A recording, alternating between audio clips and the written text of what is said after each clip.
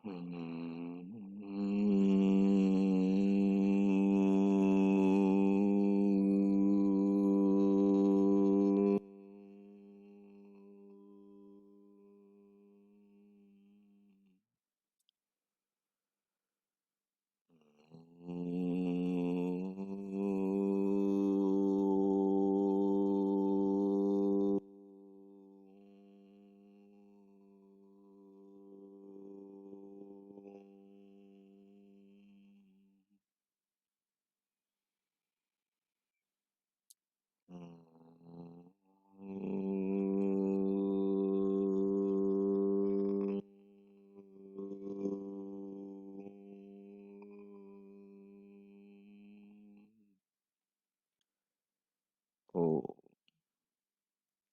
वैदिकी अमृत ध्यान साधना प्रभात सत्संग में आप सभी साधक साधिकाओं का, उपासक उपासिकाओं का हार्दिक स्वागत है।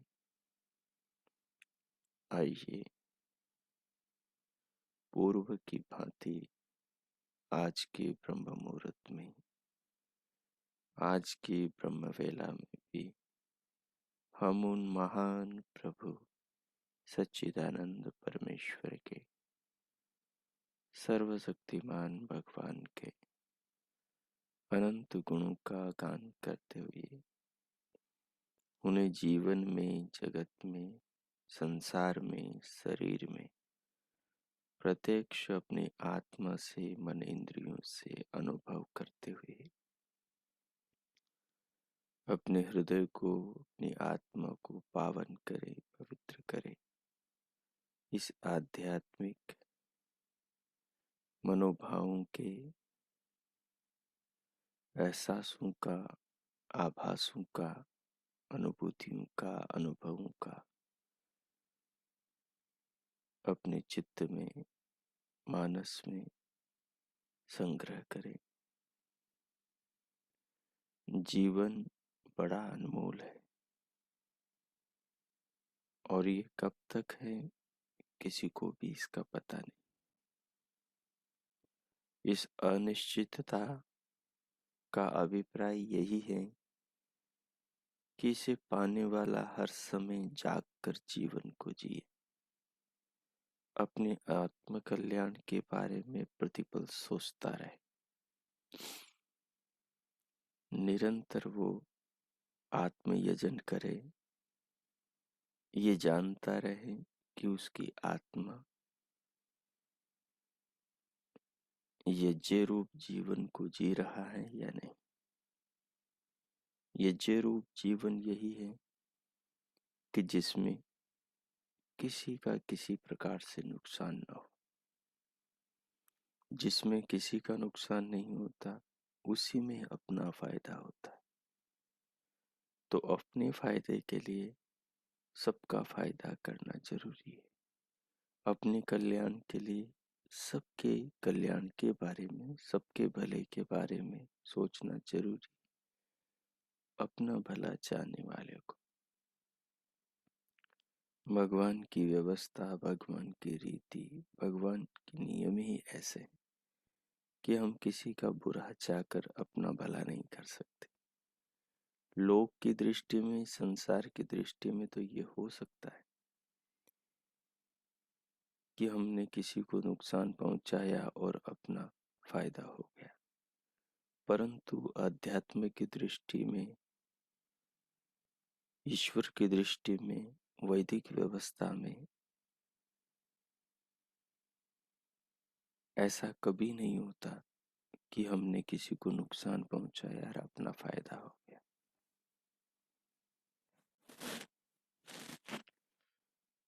क्योंकि फायदे का, नुकसान का, हानि लाभ का जो माप है वो आत्मा है। वो आत्मा के अच्छे बुरे संस्कार है। वो आत्मा को मिलने वाला अगला जीवन, अगला जन्म। यदि अगले जन्म में इस जन्म के किसी कृत्य से हानि होती है, नुकसान होता है, तो भले ही इस जन्म में लाभ दिखाई दे रहा हो दुनिया को, पर वो वास्तव में हानि ही है। जो बुरा कर्म करके यहाँ अपने को लाखों करोड़ों रुपए मिल रहे हो, लेकिन उस बुरे कर्म का परिणाम तो यहाँ लाखों करोड़ों रुपए हो गए, लेकिन उसका फल अगले जन्म में अपने को एक टांग नहीं मिलनी हो, एक हाथ नहीं मिलना हो, एक आंख नहीं मिलनी हो,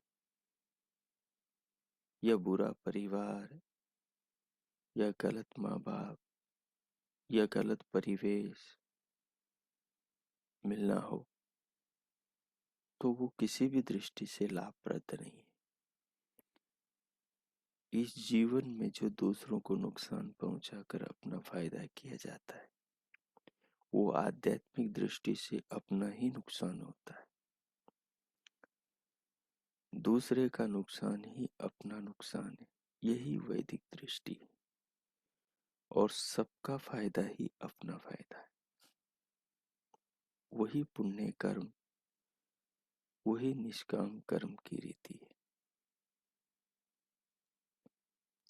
सो आइए इन भावों को ध्यान में रखते हुए इस प्रकार चिंतन करें कि प्रभु हमारे हृदय में विराजमान हो। प्रभु विराजमान है तो वो हमें बुराई से बचाते रहेंगे, बचने की प्रेरणा करते रहेंगे, अच्छाई की ओर प्रेरित करते रहेंगे।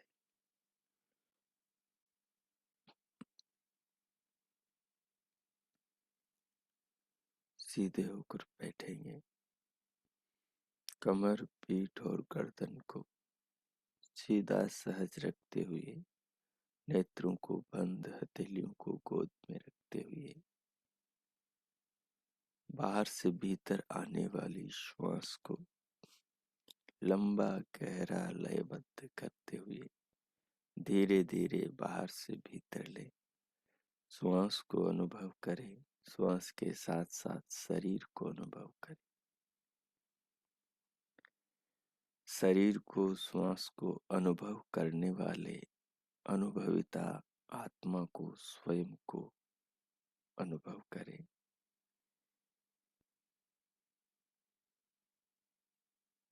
और शांत होकर थोड़ी देर स्वयं की अनुभूति में, श्वास और शरीर की में, प्राण और देह की अनुभूति में डूब जाए। जब ये अनुभव होने लगे, इनकी अनुभूति स्थूल रूप से अनुभव होने लगे, फिर इनके साथ परमात्मा के, ईश्वर के चिंतन को जोड़ लें कि ये जो श्वास है ये परमात्मा का प्रेम, उनका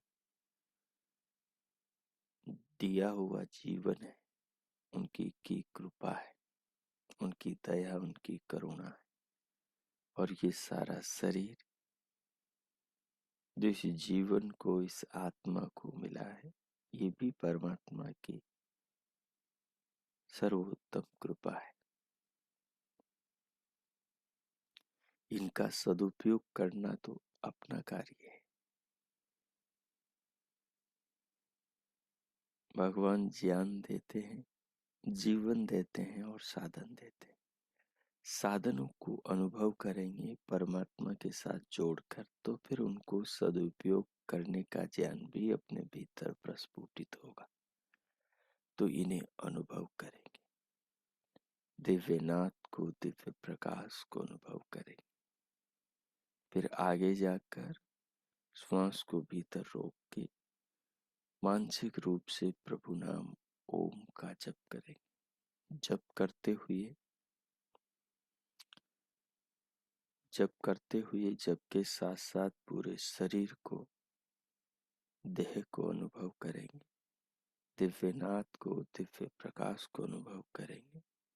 प्राणों को अनुभव करेंगे, जीवन को अनुभव करेंगे और भगवान को इन सब के निर्माता के रूप में, इन सब के धारण करने वाले, इन सब के दाता के रूप में देखेंगे। और उनके प्रति कृतज्ञता श्रद्धा से अपने आप को, अपने हृदय को, भावनाओं को अनुभव करें। अब मैं मौन होता हूँ। 5 मिनट आपको ये प्रयोग करना है। कीजिए। ओ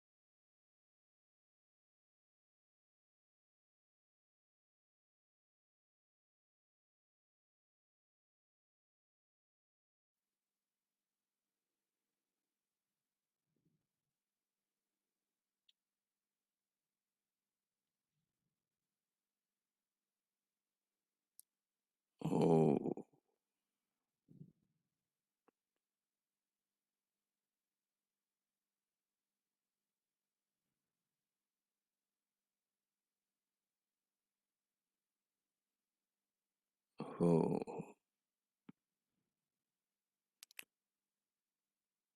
इस प्रकार प्रभु की कृपाओं को जीवन में अनुभव करते हुए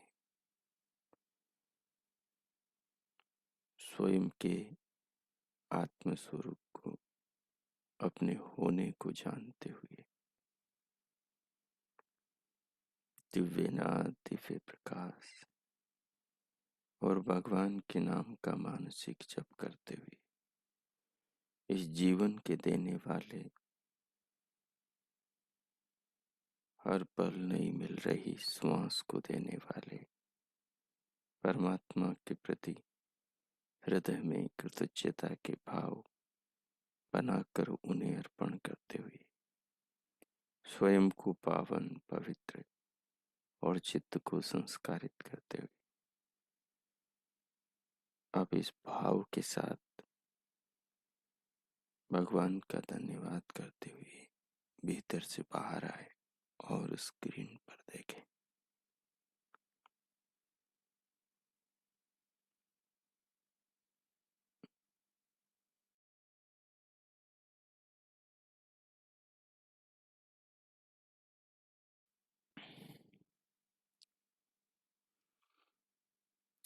हमारा पीछे से 12वां पाठ ईशोपनिषद का चलता आ रहा है, जिसमें हम अग्नेयसोपथाराय अस्मान् विश्वानि देव वयुनानि विद्वान् यो योध्यस्मज्जुहुराणमेनो भूयिष्ठां ते नम उक्तिं विधेम। इस ऋचा श्लोक के माध्यम से जीवन मनुष्य को कैसे जीना चाहिए, उसकी वैदिक परिपाटी को, वैदिक जीवन शैली को हम समझ रहे थे। पीछे हमने इसके संक्षिप्त भावार्थ को और पदार्थ को समझा। आज हम इसके भाव विस्तार पर विचार करेंगे, उसको समझेंगे और उसके द्वारा जीवन हमारा कैसा हो उसका भाव बनाएंगे। सो देखिए,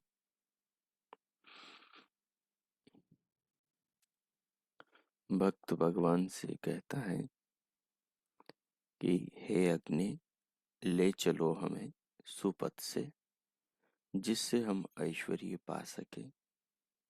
हे देव, तुम हमारे सब प्रज्ञानों तथा कर्मों को जानने वाले हो, पृथक कर दो हमसे कुटिलता को और पाप को। हम बहुत बहुत आपको इसलिए नमस्कार करते हैं। ये जो ऋचा के पदों के पदार्थ में हमने बहुत अच्छे से इसके मुख्य पदों का अर्थ और भाव समझा था। सुपथ का, अग्नि का, ऐश्वर्य का, ज्ञान का, कर्म का, कुटिलता का और पाप का और नमस्कार का। आज हम इसके विस्तृत भाव को पढ़ेंगे। सो देखिए, अब गुरु शिष्यों से कह रहे हैं कि शिष्यों, अग्नि परमेश्वर का एक सुंदर नाम है। वह अग्रनेता, ज्ञान स्वरूप तथा आग के समान प्रकाशमान, प्रकाशक एवं कल्मश संहारी होने से अग्नि कहलाता है। बहुत प्यारे विशेषण है, बहुत प्रेरणादायक विशेषण है। हर विशेषण में अपना प्रकाश है, मार्गदर्शन है, अपना प्रभाव है और अपना आकर्षण है। देखिए, अग्नि परमेश्वर का एक सुंदर नाम है। इस अग्नि नाम पर हमने पीछे विचार किया, उसके 6 अर्थों को हमने पीछे समझा था। आगे कहा, वह अग्रनेता है। कौन? अग्नि नाम वाला परमेश्वर हम सबका अग्रनेता है। हम सबके आगे चलने वाला, आगे ले जाने वाला, आगे चलने की प्रेरणा देने वाला, हमारा मार्गदर्शन करने वाला है। इस दृष्टि से परमात्मा और ये अग्नि अग्रनेता है। ज्ञान स्वरूप तथा आग के समान प्रकाशमान है। भगवान कैसे हैं? ज्ञान स्वरूप है। वो उनके ज्ञान के द्वारा ही जानने में आने वाले हैं। उनका ज्ञान वेद ज्ञान है। जब वेद को जानते हैं, समझते हैं, पढ़ते हैं, तो भगवान भी जानने में, समझने में, अनुभव में आते जाते हैं। और कहा आग के समान प्रकाशमान है। आग के समान प्रकाशमान यानी स्वयं प्रकाशमान है। आग को कोई प्रकाशित नहीं करता।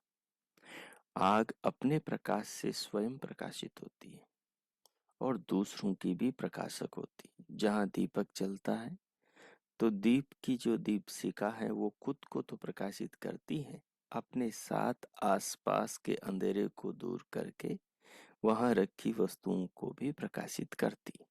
तो इस दृष्टि से जैसे अग्नि स्वयं प्रकाशमान और दूसरी वस्तुओं की प्रकाशक है, वैसे ही परमात्मा स्वयं प्रकाशमान है, स्वयं ज्ञानी है और सबको ज्ञान देने वाले,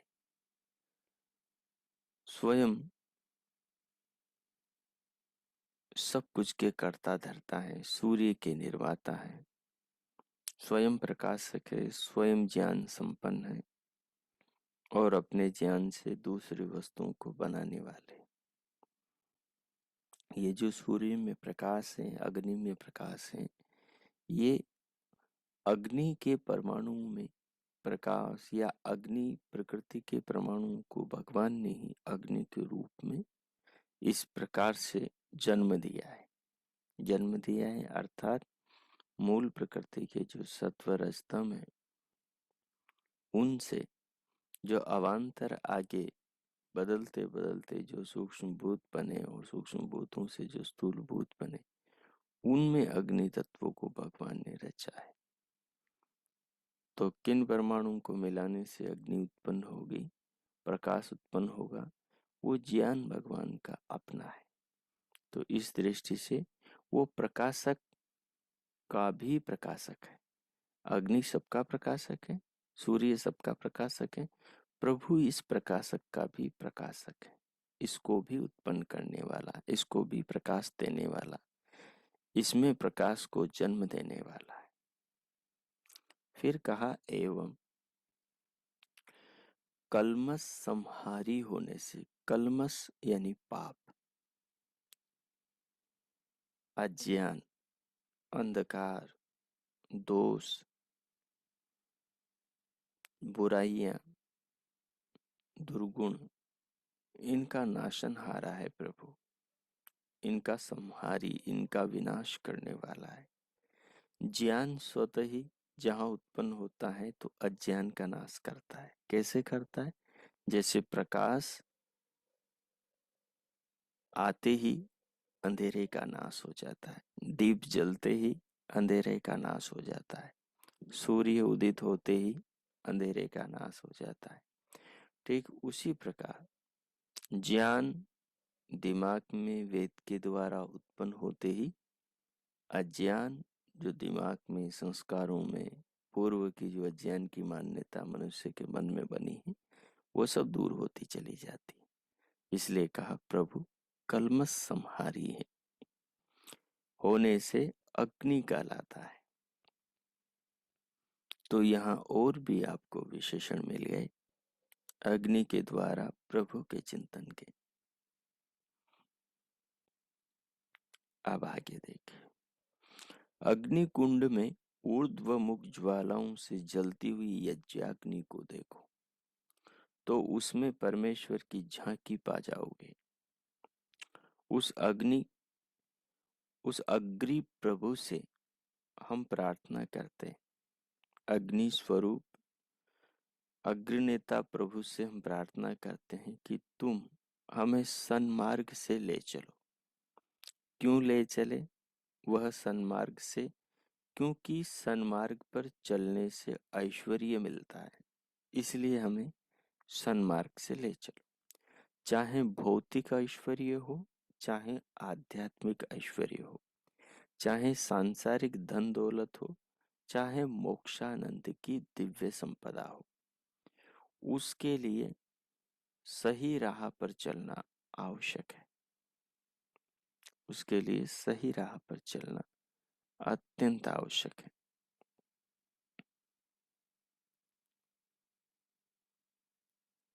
ज्यों ही जो सही राह पर चलेगा उसे ही मोक्षानंद और उसे ही सांसारिक धन दौलत वैभव सब कुछ प्राप्त होगा। लेकिन ये सब कुछ सही राह पर चलने वाले को जो प्राप्त होगा, ये उसकी आत्मा को उन्नत करने वाला होगा, अगले जन्म में पाप के गड्ढे में गिराने वाला नहीं होगा। लेकिन जो सन्मार्ग से नहीं चलेगा और इस जीवन में खूब धन दौलत इकट्ठा करेगा, वो उसका धन दौलत अगले जन्म में उसे गड्ढे में डालने वाला होगा, अगले जन्म में दुखों का कारण बनने वाला होगा। इस जन्म में तो खूब अन्याय अनीति पूर्वक, छल कपट पूर्वक इकट्ठा कर लिया, लेकिन इस जन्म में जो दूसरों को परपीड़ा देकर इकट्ठा कर रहा है, इस परपीड़ा का फल इस शरीर में नहीं मिलेगा, अगले शरीर में, अगले जन्म में मिलेगा। तो ये धन दौलत कैसा हुआ? ये कुमार्ग से प्राप्त हुआ। जो सन्मार्ग से धन वैभव प्राप्त होगा, वो इस जीवन में सुख देगा और अगले जीवन में उस धन वैभव से किए पुण्य का फल देगा, यानी अगले जीवन को भी सार्थक करेगा। ये वैदिक सोच है, ये वैदिक थिंकिंग है। अब देखिए, ज्यों ही हम कोई अच्छा या बुरा विचार मन में लाते हैं, ज्यों ही कोई भ्रांत या निर्भ्रांत ज्ञान हमें होता है, त्यों ही हम अपने विचार को या ज्ञान को क्रिया में परिणत करते हैं। ज्यों ही हम अपने विचार को या ज्ञान को क्रिया में परिणत करते हैं, त्यों ही प्रभु उसे जान लेता है। ज्यों ही हम कोई कुटिल करतूत करना चाहते हैं अथवा कोई पाप या अपराध करना चाहते हैं, त्यों ही प्रभु उसे जान लेता है। जिसे हमारे पाप विचारों एवं पाप कर्मों का ज्ञान ही नहीं है, वह भला हमें उनसे कैसे बचा सकता है? जिसे हमारी करतूतों का, हमारे कार्य, हमारे व्यवहारों, हमारे सोच, हमारे विचार का पता ही नहीं है, वो हमें बुराई से कैसे बचा सकता है? नहीं बचा सकता। तो भगवान को हमारी सब मनोस्थितियों का पता है, तो वो हमें बुराई से बचा सकता है। प्रभु को क्योंकि हमारी सब गलतियों का ज्ञान रहता है, अतः उसी से हम याचना करते हैं, कर सकते हैं, क्योंकि वो सब जानता है कि वह हमारे मन की और व्यवहार की सब कुटिलताओं को तथा पाप की वैचारिक एवं क्रियात्मक काली करतूतों को हमसे दूर कर दे। परंतु प्रभु से अपनी बात मनवाना आसान नहीं है। कि वो हमारी बुराइयों को दूर कर दें, ये बात मनवाना आसान नहीं है। वह उसी प्रार्थना को सुनता है जो सच्चे हृदय से निकलती है। भगवान उसी की प्रार्थना को सुनता है जो सच्चे हृदय से निकलती है, जो आत्मसमर्पण पूर्वक कही गई होती है, जिसमें प्रभु के प्रति हार्दिक नमस्कार की भावना होती है। अतः आओ नतमस्तक होकर प्रभु के सन्मुख अपने भाव भीने उद्गार प्रकट करें, अपने मन, मस्तिष्क और आत्मा को प्रभु के प्रति झुकाकर विनती करें अपने दोषों, अपराधों और पापों को बिना छिपाए उसकी शरण में जाएं।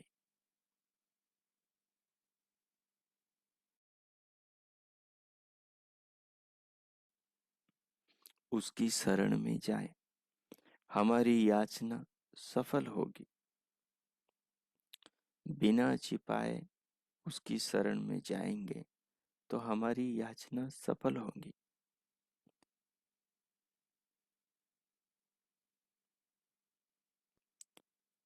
प्रभु हम पर द्रवित होंगे, अर्थात स्नेह बरसाएंगे। हमारी कुटिलता के चक्रों एवं पापों को हमसे दूर करके हमें पावन कर देंगे। कब करेंगे? जब हम ऐसा करेंगे, जब हम सच्चे हृदय से भगवान की भक्ति करेंगे, जब भगवान के दिए आदेश को जीवन में सच्चाई के साथ अपनाना चाहेंगे, जब हम यम नियमों के अनुसार जीवन को जिएंगे और फिर हमें सफलता कहीं नहीं मिल रही होगी तो भगवान से प्रार्थना करेंगे, तो फिर भगवान हमारी प्रार्थना को सुनेंगे और प्रार्थना के अनुरूप हमें वो साधन प्रदान कर देंगे या वैसी परिस्थिति प्रदान कर देंगे जिससे हमें वो वस्तु प्राप्त हो जाए। अब आगे गुरु शिष्यों से क्या कहते हैं? गुरु शिष्यों से कहते हैं कि यह ईशो उपनिषद की कथा समाप्त होती है। आशा है तुम्हें इससे कुछ उपलब्धि हुई होगी। इसमें जीवन निर्माण की कुछ सामग्री मिली होगी। हम शिष्य क्या कहते हैं कि हम कृतार्थ हुए गुरुवर। यह उपनिषद की वाणी चमत्कारिक है, जादू भरी है और इसके व्याख्याता आप भी अनोखे जादूगर हैं, जिन्होंने हमारे मनों पर जादू सा कर दिया है और अपनी प्रभावोत्पादक वाणी से हमारे मन मोह लिए हैं। हम व्रत लेते हैं कि इस उपनिषद के सार को अपने जीवन में चरितार्थ करेंगे। प्रणाम गुरु जी। ये जो शिष्यों की ओर से भाव है, ये महर्षि कण्व मुनि के प्रति हैं। ये इसके टीकाकार पूज्यपाद स्वर्गीय रामनाथ वेदालंकार जी के प्रति हैं। हम सबकी ओर से ये भाव है कि हमें इस टीका से, उनके इस भाष्य से, ईशो उपनिषद से बड़ा ज्ञान प्राप्त हुआ। अब इसमें हमारी कृतज्ञता क्या होनी चाहिए? हमारा कर्तव्य क्या होना चाहिए कि जो ज्ञान हमें उनसे प्राप्त हुआ, इस ज्ञान का हम प्रचार करें, इसका प्रसार करें। हमने कितने श्लोकों का अध्ययन किया इसके अंतर्गत, हमने कितने मंत्रों को ज्ञान प्राप्त किया इसके अंतर्गत। देखिए, ये हमारा अंतिम 18वां मंत्र श्लोक था। उपनिषद में इनको श्लोक बोलते हैं और वेद में जो यथावत है उसको मंत्र बोलते हैं। तो 18 हो गए और 18 हमने सब एक एक को अच्छे से 2-2, 5-5 बार उच्चारण किया है। सबके पद पदार्थों को बड़े अच्छे से समझा है। सबके आपके मन में ये इनका अर्थ, पद पदार्थ का भावार्थ सब अच्छे से बैठ गया है। जहां जो समझ में न आया हो तो उसी पुनरावृत्ति आप YouTube से, वीडियो से कर लेंगे, वहां से सुनकर, और इस ज्ञान को जीवन में धारण करें, जीवन को इस ज्ञान के अनुरूप बनाएं।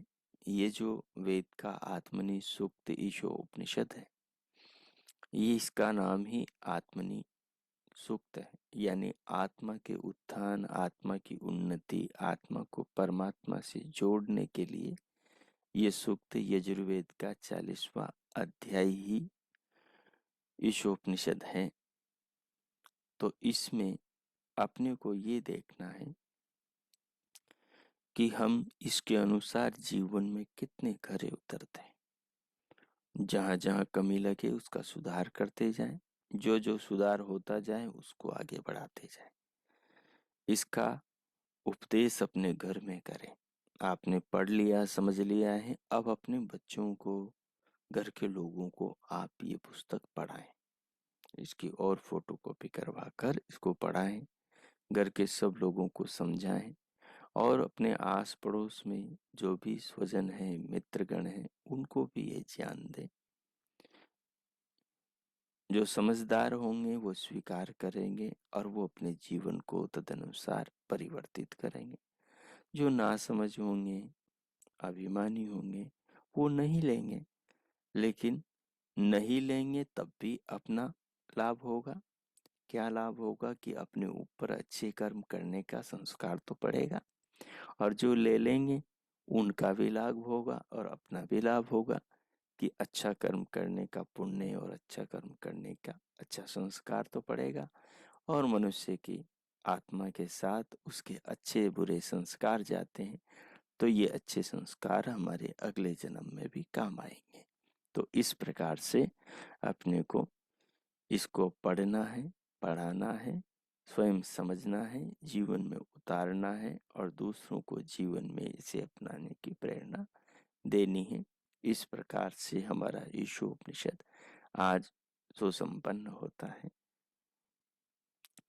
अब हम 2 मिनट भगवान का ध्यान करेंगे।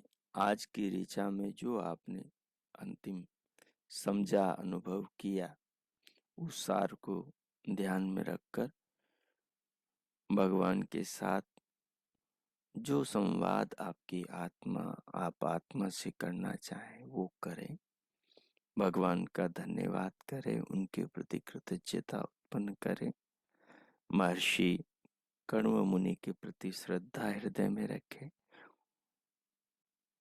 इसके टीकाकार के प्रति अपने मन में भाव रखें और सबका धन्यवाद करें, भगवान का धन्यवाद करें। जीवन को सफल बनाने, इसके अनुसार जीवन को चरितार्थ करने का संकल्प लें।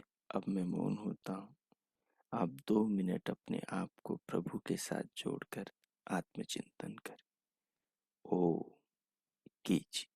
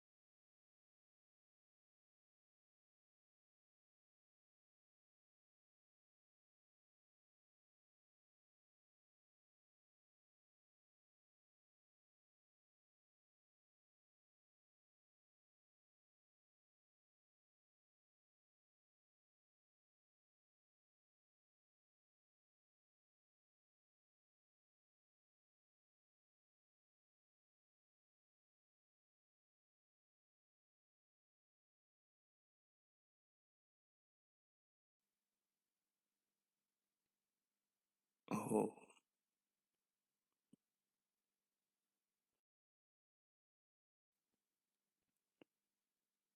ओ। इस प्रकार उन महान प्रभु सच्चिदानंद परमेश्वर के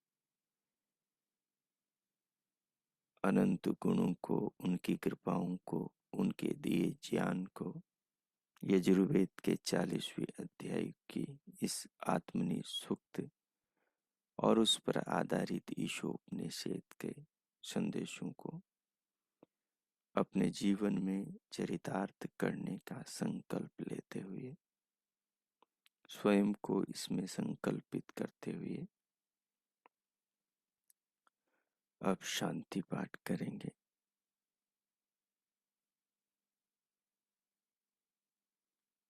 ओम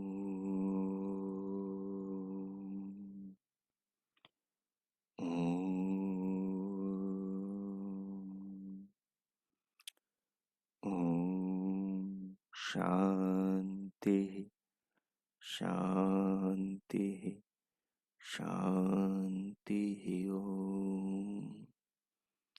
ओम। आज का आप सबका दिन शुभ हो, मंगलमय हो।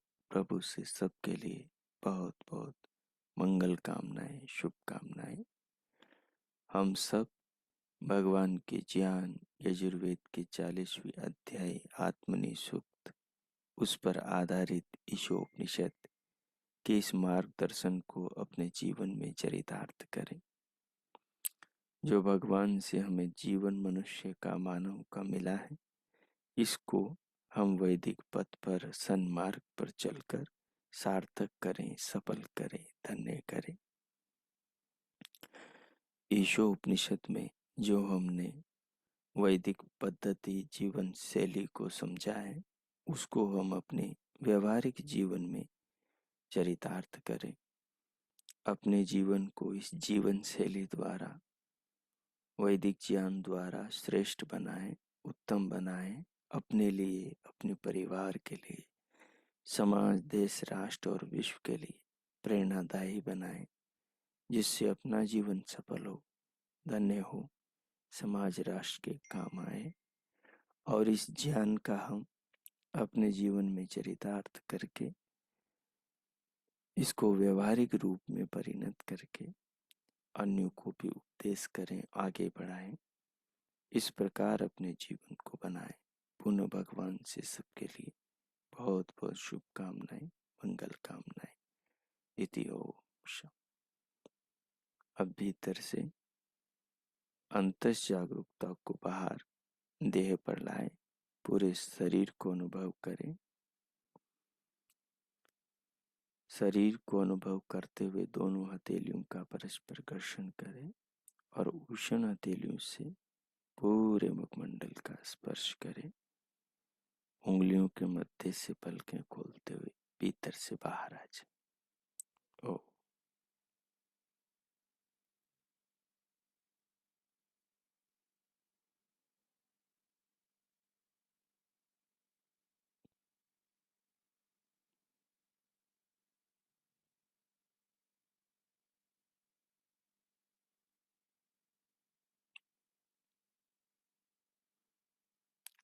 ओम। अब आज के पाठ को इतना ही रखते हैं।